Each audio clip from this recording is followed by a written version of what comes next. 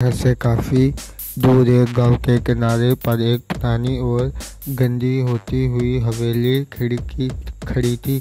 ये हवेली सालों से खाली पड़ी थी, मगर लोग इसके बारे में अजीबोगरीब कहानियां सुनते थे। कहते थे कि जो भी वहां रात गुजारने की कोशिश करता वो कभी वापस नहीं आता। ये फिर कुछ ऐसे बदल जाता है कि ऐसे पहुंचना मुश्किल हो जाता है। अली और इसके 3 दोस्त फहद, उमर और सारा हमेशा ऐसे कहानियां सुना करते मुतजिस रहते थे। एक दिन इन्होंने फैसला किया कि वो खुद हवेली में जाकर देखेंगे कि वहाँ क्या है। इन्होंने हिम्मत जमा की और एक सर्द शाम को हवेली की तरफ निकल पड़े। जब वो हवेली के दरवाजे पर पहुँचे तो दरवाजे पर जंग लगा हुआ था और लकड़ी के टुकड़े कई जगह से टूटे हुए थे। अली ने हाथ बढ़ाया और दरवाज़ा धक्के कर अंदर दाखिल हो गया। हवेली के अंदर की हवा सूनगी थी।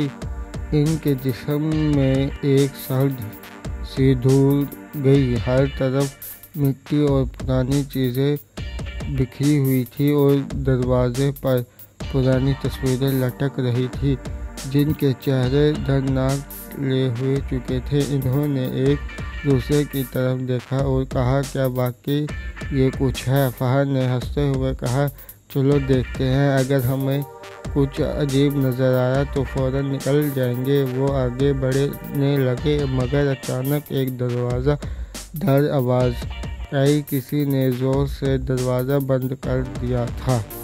सब के दिल ज़ोर ज़ोर से धड़कने लगे। अली ने दरवाज़ा खोलने की कोशिश की, मगर तो धक्का सा था। कुछ तो है यहाँ, उमर ने कहा, हमें बाहर निकलना होगा। इसे दरवाज़ों इनके नज़रों ने हवेली के दूसरे कमरे में एक मध्यम रोशनी देखी। सारा ने कहा, चलो देखते हैं कि वो रोशनी कहाँ से आ रही है। वो सब डरते डरते इस कमरे की तरफ बढ़े। जैसे ही वो करीब पहुँचे रोशनी भाग गई और कमरे में एक ठंडी हवा का झोंका निकलने आया। अचानक एक कमज़ोर आवाज़ सुनाई दी, तुम यहाँ क्यों आए हो? सब खौफज़दा होकर पीछे हटे। अली ने हिम्मत करके कहा, हम सिर्फ देखने आए हैं, कुछ है नहीं कि नहीं।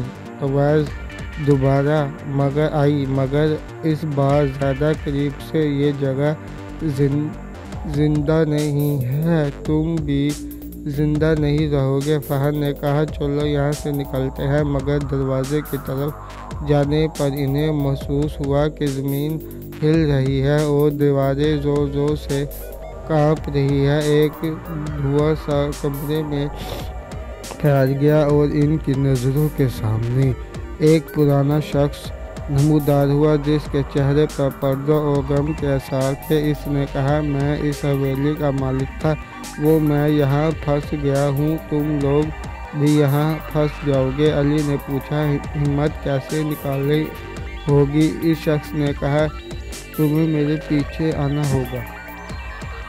बस एक भी लफ्ज़ बोलना मत, वरना यह जगह तुम्हें अपनी लपेट में ले लेगी। सब खौफ के बावजूद इसके पीछे चलने लगे। वो एक लंबी राह पर ले गया जो हवेली के नीचे ज़ेरे ज़मीन थी। राह में कई खौफनाक मंजर आए। छोटे बच्चा जो चलते हुए गायब हो गया है, दम रूहें जो राह रुकी रही थी, वो एक ऐसा साया जो इनके हर हरकत पर नज़र रख रहा था।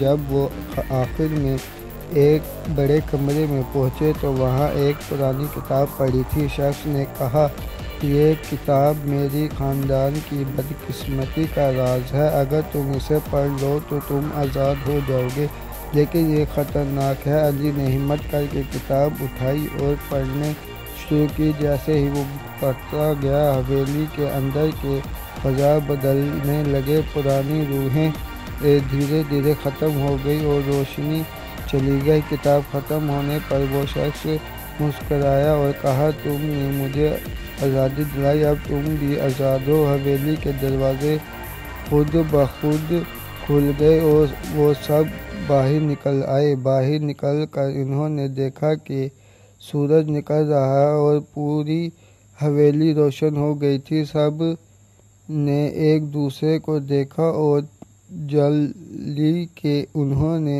ایک ایسی چیز کا سامنا کیا ہے جو عام انسانوں کے بس کے باہر نہیں ہے۔